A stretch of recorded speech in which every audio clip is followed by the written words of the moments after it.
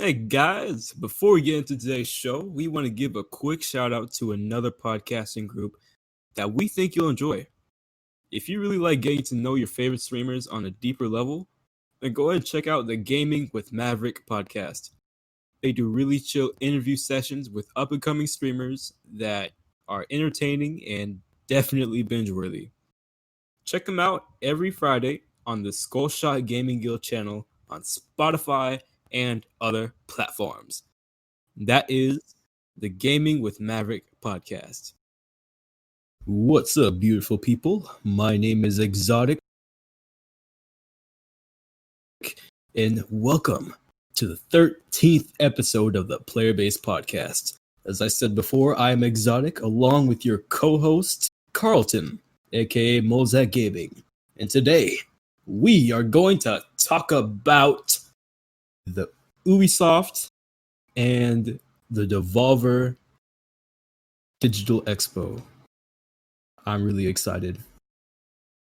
Okay, so you want to start us off, Mulzak? Which one do you want to cover first?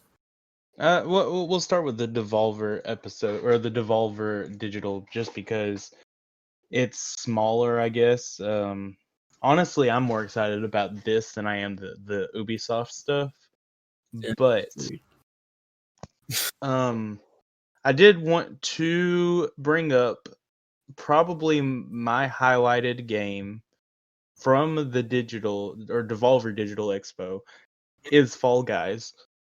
Fall Guys. Oh, I am so stoked for this game. that's my least favorite. Dude, it is literally Wipeout meets American Ninja Warrior meets a battle royale. It is going to be so silly. It's like, okay, it seems like you like colorful games, and I don't really like colorful games. Wipeout was nice and all when I was younger, a wee lad growing up. The people are falling. Sucks to be them. But yeah, I just don't like that kind of stuff anymore. Well, a lot of I spent a lot of time as a teenager on Minecraft Spleef, and this really reminds me of a lot of that too. Like the last one at the top kind of wins thing. I don't know how much of that you used to play or did play, or if you never played it, but it gives me a lot of those feelings. Well, okay. What spoke out to you? In the Devolver Expo? Yeah. I am super... Well, I just want to say this. The Devolver... Dude. Okay, viewers, audience, if you haven't seen the Devolver Expo, it is freaking amazing, okay? I have never seen any company do an expo like that. It's basically like a satire comedy sort of thing where they poke fun at businesses like themselves taking money from the consumers, and it's just amazing. You would have never thought that a company would just do that. Yeah, I mean, okay, that's probably something we should cover, actually, is that if you haven't seen this, what we're going to be talking about is nothing compared to watching it. You really should look up Devolver Digital Expo on YouTube and watch someone play through it, because what it is since they didn't have like a E3 or physical event to go through this year, Devolver made an actual game, a video game for PC, for people to go through and see their games. But it's so cool what they did. Oh, I wasn't talking about their game. I was talking about their like,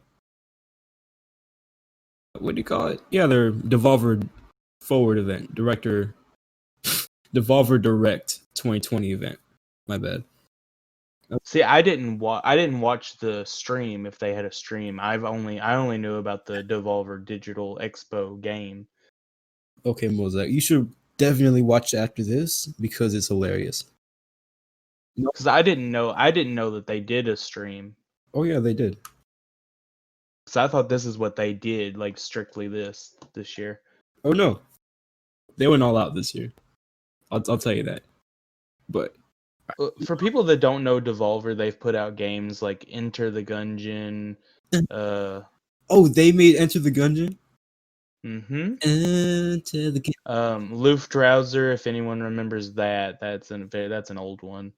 My friend Pedro, they put out some of the hits. Oh, so they're OGs. Yeah, they're not AAA. Like they put out Broforce. Oh, I thought they were like, okay. They're not AAA, but they make games that should be AAA, like Hotline Miami, for example. God damn. They made Hotline 1 and 2, Serious Sam series. I mean, they've been around for a long time, and they are one of probably my favorite developers, really. You just can't hate them. They're just so fun. From what I've seen. But again, what stood out the most to you? Like what are you excited to see? Honestly, I'm not really excited to see their games. I don't really see any that spoke out to me, except for one game, Shadow Warrior 3. I was about to say if you don't say Shadow Warrior 3, because let's talk about that. So if Doom Eternal was in Asia, you would have Shadow War 3, it looks like. No, okay, let's have you ever seen the game called Painkiller? No.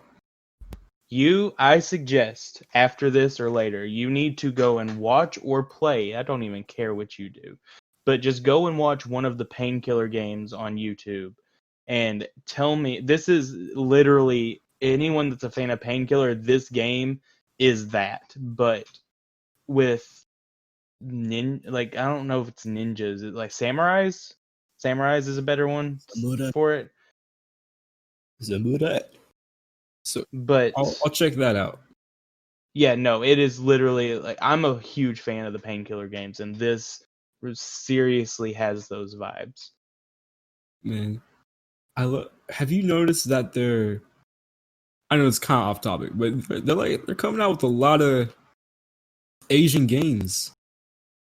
Oh yeah, Like Sekiro, Ghost of oh my god, Tsushima, yes, Ghost of Tsushima. They're coming out with that, and that's all I remember off the top of my head. But yeah, they're all awesome though, and I'm all for it. But there's another game, it's called Carrion, that was a part of the expo. Oh my god! And I am actually extremely excited for this because it comes out tomorrow, I believe, and it's on Xbox Game Pass. So I'm going to be sitting down and playing that because it looks extremely fun. All right, Mulzak, I lied. I'm sorry. I had to do it to you. I'm excited for that game too. Carry on. Yeah. I'm not usually a big one. Like I love the old 8-bit kind of like games and stuff like that. But this is like different. I don't know how to describe it. You're playing as the thing that is killing everybody. Yeah, you're the bad guy. Yeah, you're the bad guy.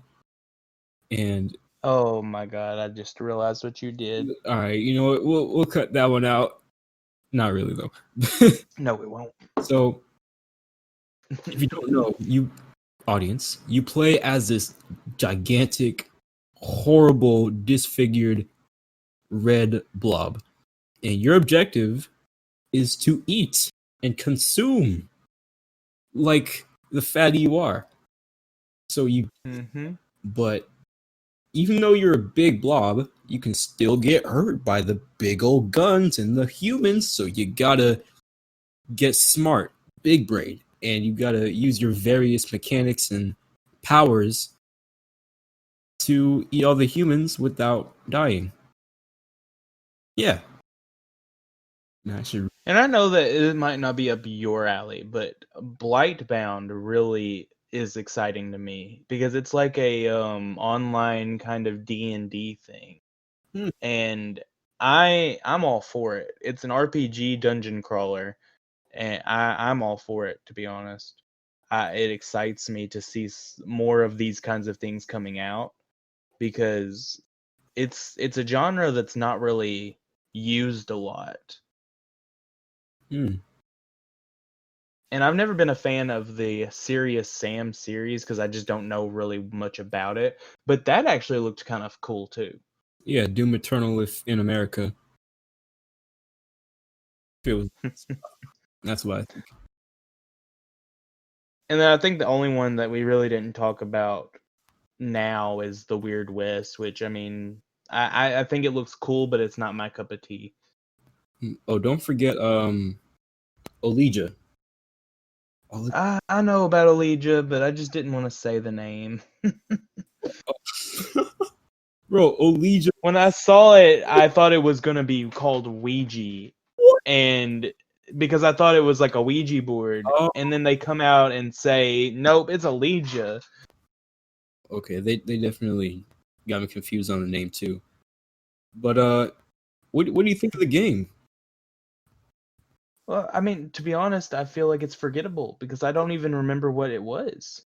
Wow. Well, it's a pixelated another Asian game like we're talking about. Well, not maybe not Asian, but it's definitely sword, samurai, all that Yeah. good stuff. But I don't know, man. It looks like one of those really good indie games that you'll never hear about, but it's still an amazing game. You know? Yeah, I mean, I could see the there's going to be an audience for it. For me, my highlight is definitely Fall Guys. I cannot wait to get my hands on that in August. I'm so excited. It's going to be on PlayStation, and we're going to be able to get all of the guys from the Discord in it. It's going to be so fun. Oh, it's multiplayer? Yeah, it's like a battle royale kind of thing, dude. Huh. Like the last one, that's not, I think it's a whole bunch of different kind of mini games, but basically the last one doesn't fall wins. Okay. Oh, so like sumo wrestling. No, that's stupid. Why? Oh, you're stupid. I think that there is one of those that's kind of like that, like a mini game in it, but I they haven't really shown much of what the game's going to be other than the trailers. So, Hmm. Well, you're excited for that. I'm not. But you know what? If you're excited about it, I'm excited for it, Carlton. You know? Yeah. Yeah. We're going with that. So anything else you want to say about the Devolver other than while we're in the indie game section, I just feel like it's a good segue to go ahead and say if you guys have not checked out our YouTube, go and I think that all you have to do on YouTube is just search the Player Base Podcast and you'll find us. On there, I am doing a new series called Indie Highlight. Currently over the game Neon Abyss, which is a roguelike dungeon crawler, kind of like if you've ever watched The Binding of Isaac. It's kind of the same premise, just different weapons, abilities, stuff like that. What I'm trying to do over there is upload all of the gameplay there, and then we will have Indie Highlight as an episode here where I review the game. I am having a lot of fun with it actually, so I just was wanted to plug that in there. And now, if you want, we can go over to the Ubisoft. Okay. I wanted to say one more thing about the Devolver Direct event they did. Not the game, but the live stream they did. Yeah. So they had this segment at the end where one of the actors who might actually like be an employee, but God, the acting was so good. But anyway, at the end they had this segment where this one was like, all you consumers, you just give us your money and we take your money and you're stupid. You're so freaking stupid. So go do something with your lives. Basically, I mean, you have to watch the thing. I'm a bad impersonator, so yeah, go and watch. It's amazing. And I'm like, but the thing is, while I'm watching this, in my mind, I'm just like, oh my god, this big, huge freaking company is literally making fun of companies that do what they do and sell games. I've always seen Devolver as a different kind of company, though. They like truly care about the games they put out. I'm starting to see that. I haven't really followed Devolver as a company until, well, now I'm start following them. I've known about Devolver since the PS3 days. They've always put out good content. And if a Devolver executive is seeing this, don't feel free to sponsor us. All right, we'll put out a good word for you in our vids. All right, feel free. Hashtag not a sponsor. Not yet sponsored, but Ah, but yeah, I'm ready to go Ubisoft. We have some nice games. I'm gonna let you lead this one since I led the other one. All right. Well, we're gonna be talking about Watch Dogs Legion. So, I can't believe you want to bring this one up first. well, it's not really the game I want to talk about, more like the trailer. Dude, I don't like the Watchdog games, but I'm excited for this. Okay, so you saw the trailer, right? How? Yeah. Are you talking about the live action one? No, Or the actual game trailer? Because they had a live action like little fan made thing. And it was really cool. oh, not the live action one, like the animation that they showed in the event. Yeah. I'm talking about that one. So The game, I will say the game looks awful. Like the graphics. I will say that. The graphics of the game look literally awful. yeah, the lip sync looks like doo doo. Like GTA. Uh-huh. So, which they will do better in that department, but you know what? It's all right. It's all right. So the trailer. I want to talk about the trailer. So, Okay. fun fact: while I was watching the trailer, I was thinking, "Wow, this looks really familiar." Like the art style and how everything was directed. And so I did some more research, and I found out that the director Alberto Mielgo, I think I'm sorry if I butchered your name, sir. He made an episode called The Witness on a series on Netflix called Love, Death, and Robots. Yes, I love that series. You do? Mm-hmm. Yes! I freaking love that series, even though It is so good. I shouldn't be watching it. Don't tell anybody. But it's... Wait, what episode did he make? He made The Witness, the one where the girl was running away from this guy. Oh, yeah. Yeah, okay. Fans, well, you might not be a fan, but you're listening to this podcast, so I'm calling you a fan, okay? If you haven't watched this show on Netflix, Love, Death, and Robots, it's basically like a Mirror's Edge, where the episodes have nothing to do with each other, but by... You mean Black Mirror? Hmm? You mean Black Mirror, but Black Mirror, my bad. Yeah, they have nothing... my other all-time favorite show, but keep going. Okay. I lost my train of thought. But they each have their own individual, unique animation styles and plot, and they're all awesome. I could do a whole tier list on the episodes, but let's not get into that right now. Go watch it. It's a good series to watch during this quarantine. Well, I want to ask, have you watched all of Black Mirror? Nope, I've not even touched it. Oh my god. I will tell you this. Don't watch the first episode. Because the thing with and I know this is off topic, we'll go back to the Ubisoft Forward. But the thing with this show is that it is so good. And the first episode is even good at its core. But don't watch it. Okay. I will just give a basic like, what's the word I'm looking for? A summary. I'll give a basic summary for you. A prime minister, I think, of England. That might be wrong, but I'm just going to say that because it's been like 4 or 5 years since I've watched this episode. I will not watch it a second time. He gets blackmailed into basically, hey, you have to do this, or we're going to do something bad. And I can't remember, like, again, I don't remember because it's been so long, but Yeah. I don't remember what the bad thing was, but it was either, hey, you have to screw and have sex with this pig on live stream, or you have to, or this bad thing's going to happen.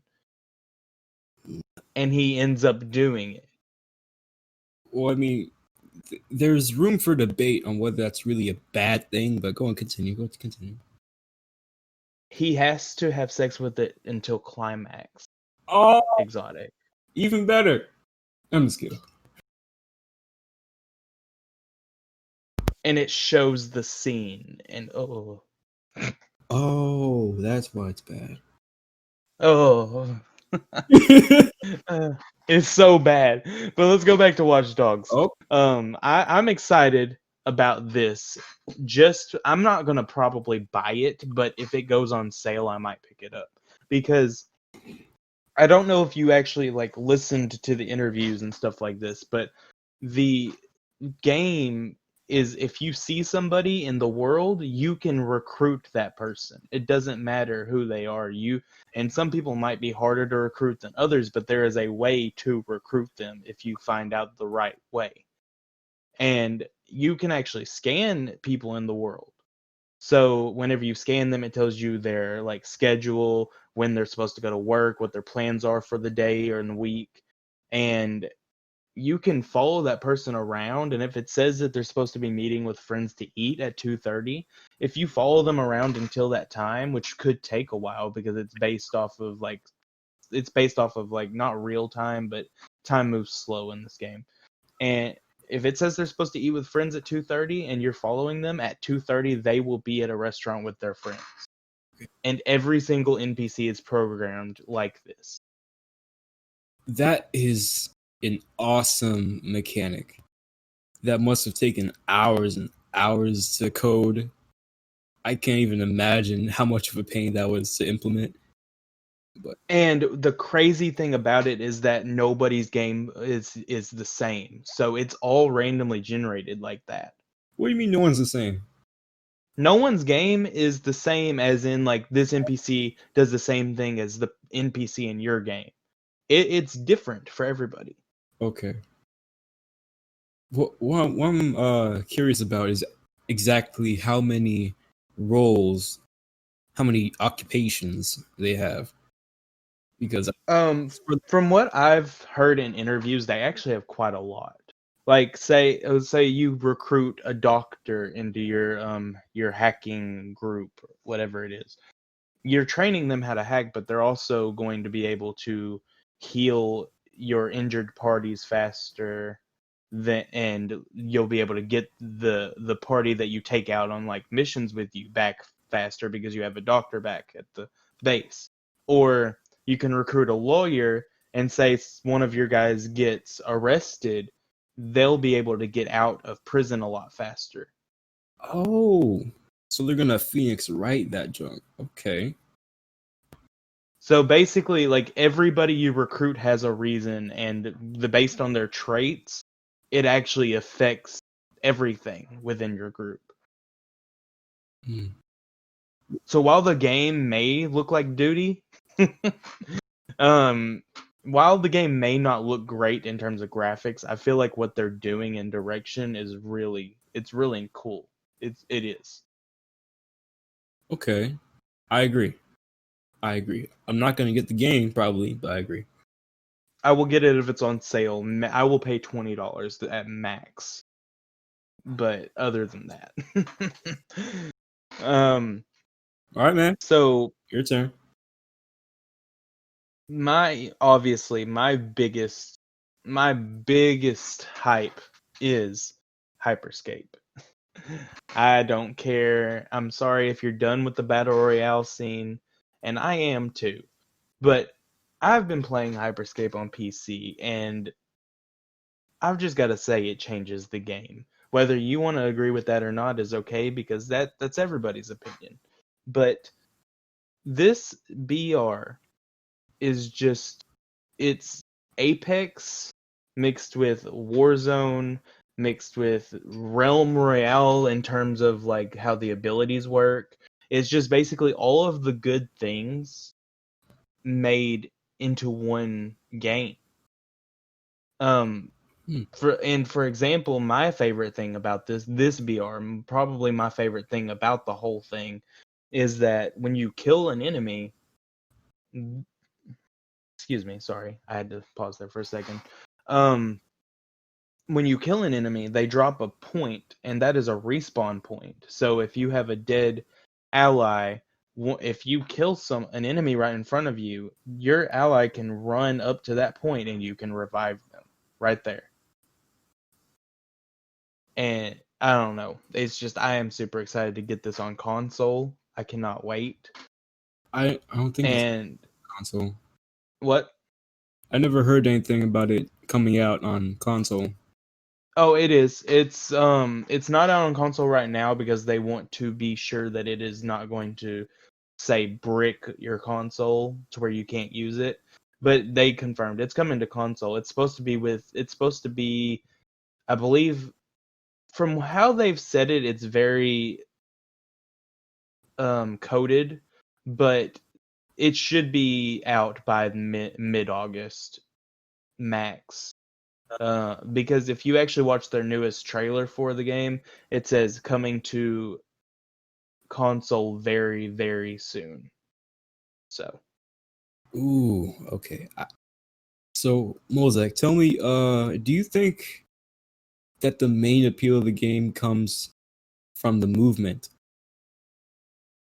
yes.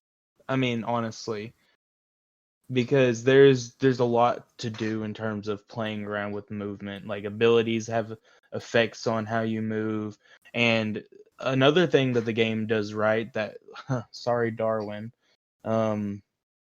it has that Twitch integration that Darwin had. So whenever you have viewers on Twitch, they can vote, hey, or if you're in a lobby with someone with viewers on Twitch, they can vote, hey, I want this game to go low gravity for a minute and a half. And then everybody's in low gravity. Or they can vote, hey, I want everybody in the game to have infinite ammo. It just depends on what the crowd chooses. And that is another feature that I've been craving in a battle royale, because Darwin did it well, but they never implemented it on console. Rest in peace, Darwin Project.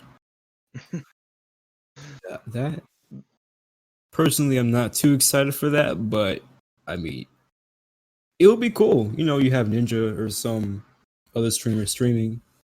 It's all for me, man. I love it. I'm super, super stoked.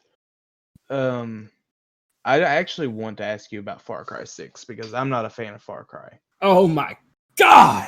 Oh, me neither. But the trailer we can talk about. Like from the get go, it's already so intense. Like if you haven't seen the trailer, viewers, please go ahead and see it. It's one of my favorite trailers out of the entire event. Oh my god, it sounds so weird talking about trailers, not the actual games, but I just want to say this right quick. So it starts off with this mob boss, I can only assume, giving his son a grenade. And you would think, why would he give your son a grenade?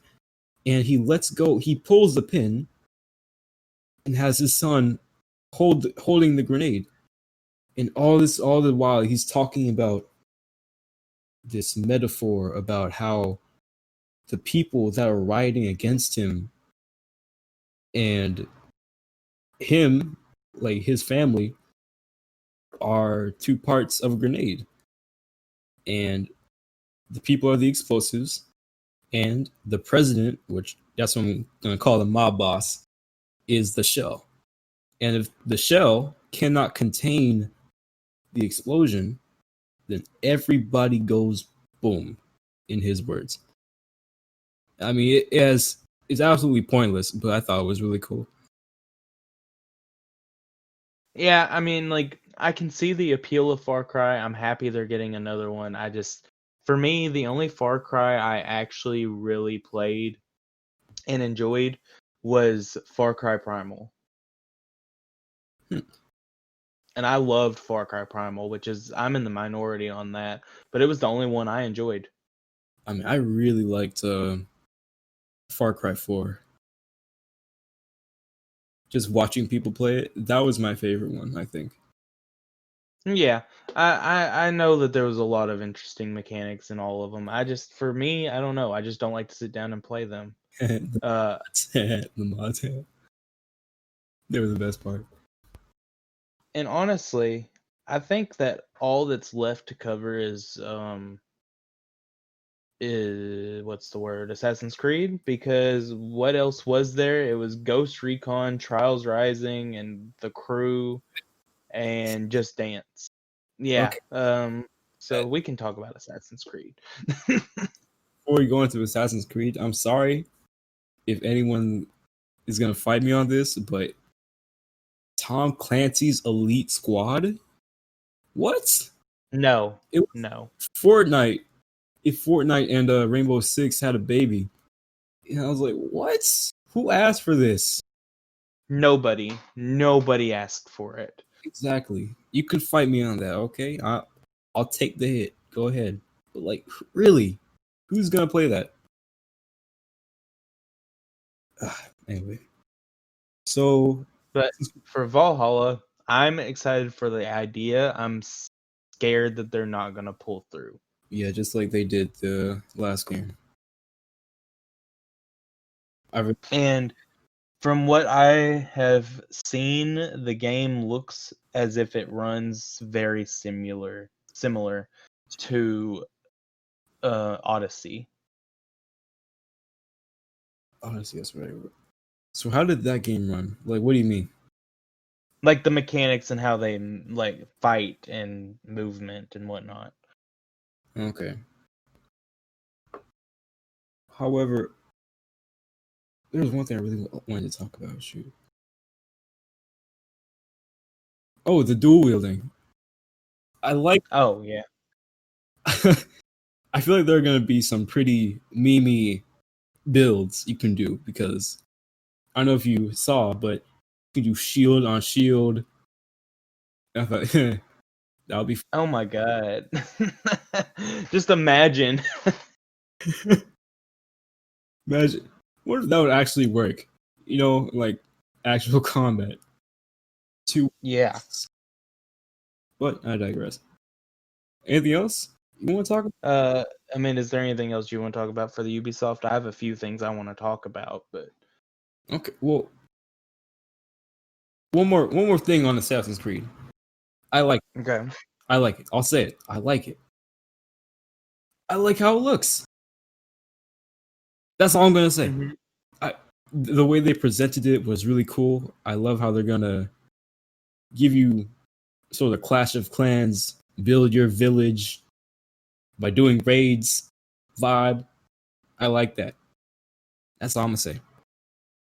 Like I said, I like the story and I like what they're doing. I'm just scared it's not going to deliver. I think a lot of fans That on that one, Mulzak. that's just my opinion on it. But we're going to go over to like just some mini news that happened over the week because I don't know if you know about this stuff. Oh, But what? I certainly don't. But the okay, so I've explained to you what Project xCloud is before, right? I know I have, but do you remember? You know your boy doesn't have the best. So Project xCloud is going to be a subscription service by Microsoft where I can just load it up on my phone and I can play any Xbox game that I own on my Xbox account or Xbox Game Pass without even owning the console. All I need is a controller and my phone. Okay. Or if you have a smart TV, they're going to be delivering, an app where you can just download the xCloud app, and you don't need an Xbox as long as you have that controller. So what's the point of that? So you're going to be able to play Xbox without an Xbox. Because they want people, this generation's not about the console, it's about subscription services. The net. But the big news, this is the big news out of that, now that you understand what xCloud is.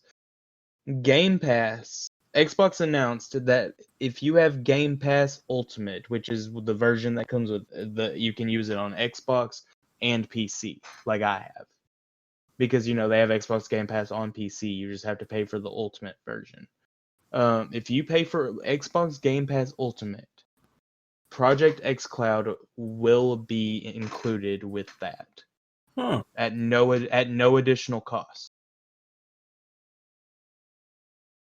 So what you're saying is that you could get the Ultimate subscription and then let like your family members, your brother get the Project X Cloud, and so you can just get that one subscription, and like your entire family, like from your grandma, grandpa, cousin down in Alabama, they can all play Xbox just off of that one. Well, yes, but they would have to be on that account because it's tied to the account it's bought on. Oh, one account. Okay. But technically, if you do think about it, if you have Xbox Live and say your brother and you want to play, you could use your account as primary on your Xbox. He could play Xbox Live on your Xbox with his account, and you can play xCloud on your. So technically, what you're saying still would work. You just have to someone would have to have your Xbox. That's gonna be, But the point is that you can take your controller with you and your phone and literally play anywhere. Or say that your Xbox isn't running a game in a way that you want to, but your TV will if you have the Xbox or the xCloud app. Just don't play on Xbox. Play on your TV. It's really cool what they've done and what they're going to do, and it's huge actually that they announced they're going to be together. And also Xbox announced that they are discontinuing the yearly subscription of Xbox Live. You will not be able to pay $7 or $60 for a year anymore. Instead, you're going to be able to pay for a year worth of Xbox Live, Xbox Game Pass together, which would come with Project xCloud included in that. And I believe they haven't announced a price, but it's going to be a together package for the year. I'm assuming it's going to be about 100, 150, or 110 because that's two services. But I don't know. It's just it's big moves Xbox is making at the moment. They're trying to restructure everything, and it's different. It's very different. I'm liking these changes from what you're saying. So it means two things in my eyes. One, there will be no more fighting over the controller or the Xbox.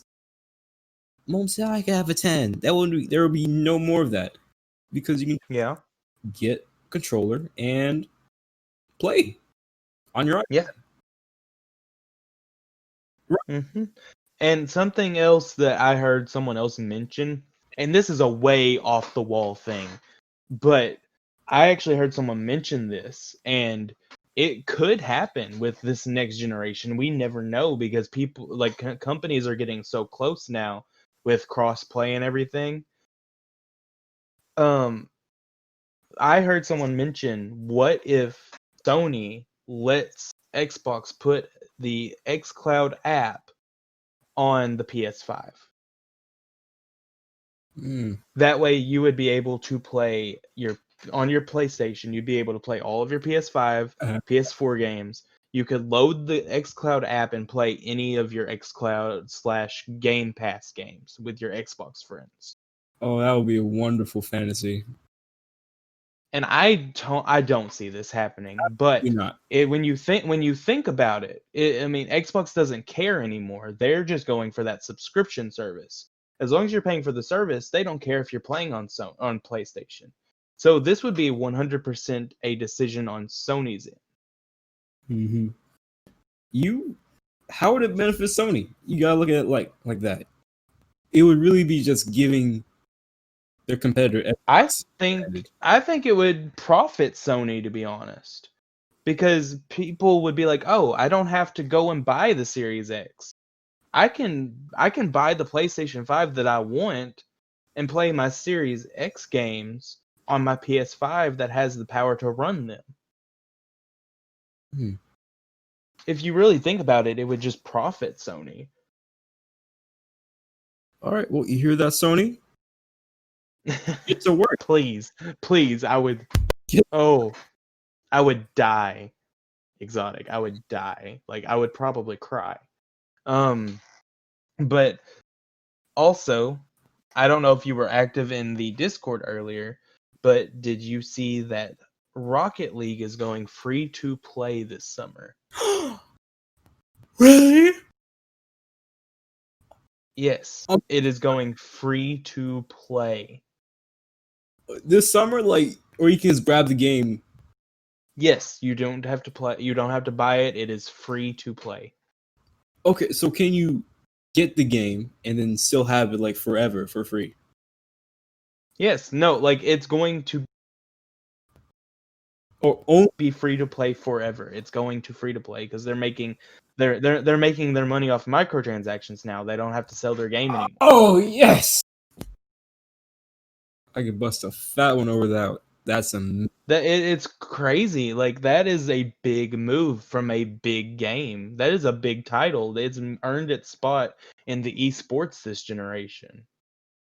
I think it was free on the PS Plus store. Yeah, it was. And I neglected to grab it, and I was just today, I was lamenting that. I was sad. Damn, why not get Rocket League? Well, it was free. Now I gotta pay $20. But that's cool. That's good to know. There's not a release date. It just says summer, so we can expect, I would say, either next few weeks or the end of August. Okay, yeah. And I think that the last bit of news that I have is that this is more of a rumor, but it's from a credible source who has leaked conferences before. So this is the guy that predicted the last PlayStation conference correctly about a month before it happened. And he says that the Sony PlayStation 5, the next event, will be August 6th. Okay. So if that is true, we could be seeing a price / pre-order. For what did you say? For PS5. This is supposed to be the next PlayStation event. Okay. On August 6th.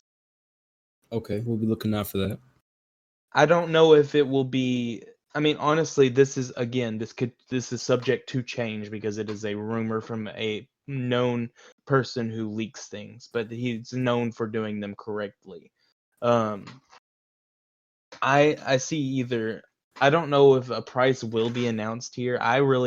If Xbox doesn't announce a price on Thursday, I don't see Sony announcing a price at this. But I do see this as being. I see this as being more of a first-party event. So I'm hoping that if this is real, that we see a whole bunch of first parties. First parties games, first-party games. Okay. Like Sony Studios, PlayStation Studios games. Oh. I forgot they make games. Yeah. Does Xbox make games? Huh? Does Microsoft make games? I know they own mine. Yeah, they have Xbox Studios now. Okay, so they do own games. Yeah. Halo, Gears of War, Sony's got like Horizon and everything. True. But I have. If you have anything else, go for it. If not, then I have a way to wrap this up, I guess. Okay, well, I just want to thank our beautiful viewers for watching our stuff, thinking that we're remotely interesting. If you've made it this far, then you get a gold star. Like, bravo. Bravo, thank you. And yeah, see you in the next one. But we're not leaving just yet. Mulzak has something to say. I would like to thank everyone for listening. We are available on every podcasting app. Be sure to subscribe if you like our content. Be sure to like, follow, and comment, and subscribe if you're watching on YouTube. You can follow our Twitter at ThePlayerBasePC. And you can send us some voicemail or fan mail at ThePlayerBasePodcast@gmail.com. And I am done. That was beautifully executed by sounded like one of those auto responses, I'm not gonna lie. What's that? Also, I don't know if it's going to be a episode or it's going to be at the end of this episode, but we got some bloopers. We should, yeah, it'll be pretty cool, guys. Hope you enjoy. We're signing off. Yeah, thank you for listening to episode 13. We'll see you next time.